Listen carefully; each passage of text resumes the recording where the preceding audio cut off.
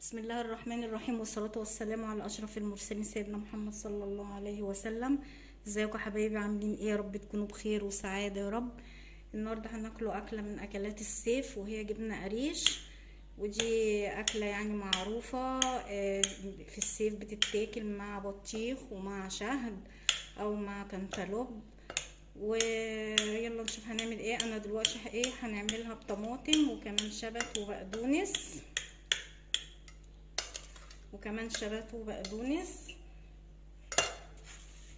بنخرط عليها البقدونس كده.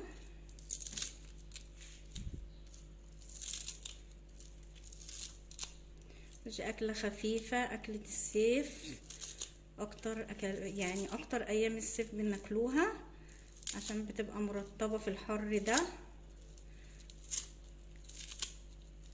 مع البطيخ ومع الأناناس أو الشهد.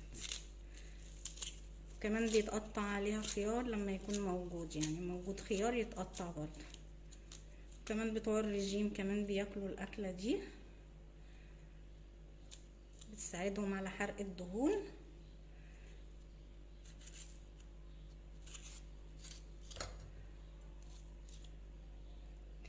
نخرط الطماطم. طبعا انا طبعا غسلت الكنتالوب وخرطته، والبطيخ وخرطته تركي.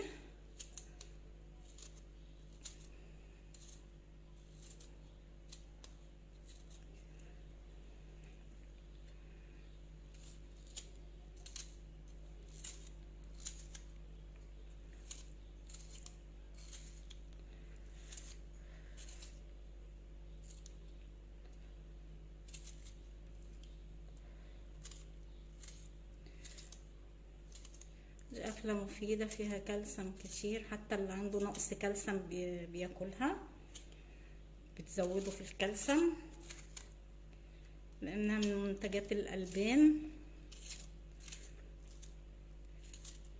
أكلة جميلة جميلة. كمان ممكن بالجبنة القديمة، يعني ناكله البطيخ والشهد أو الكنتالوب بالجبنة القديمة، واتعمل فيها برضو طماطم وشبت وبقدونس، وكمان اتحطت عليها طحينة، تبقى حلوة قوي قوي قوي.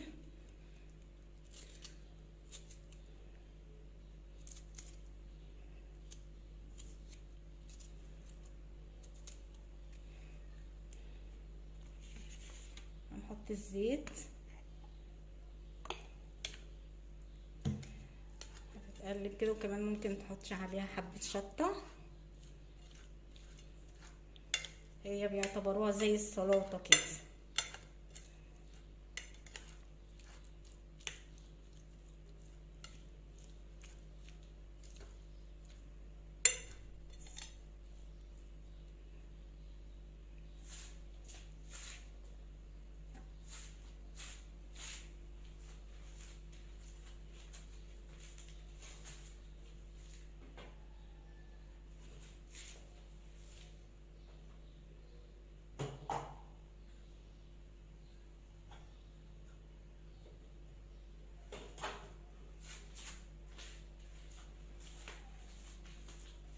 لو في اطفال طبعا ما تتحطش شطة، احنا بنحط شطة كده فيها وبنقلبها كده برضه.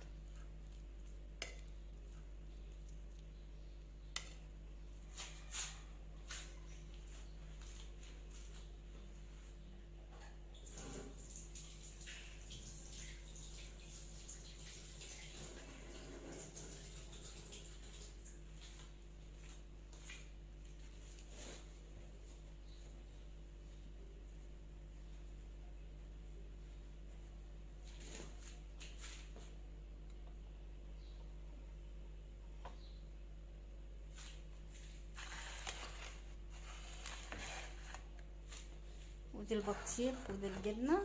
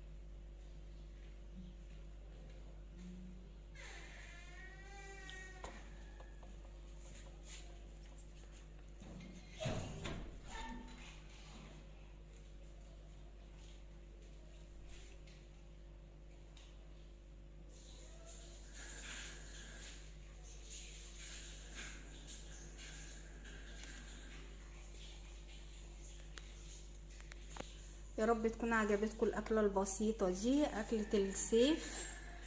متنسوناش بقى في اللايك والشير والاشتراك في القناه يوصلكم كل جديد. السلام عليكم.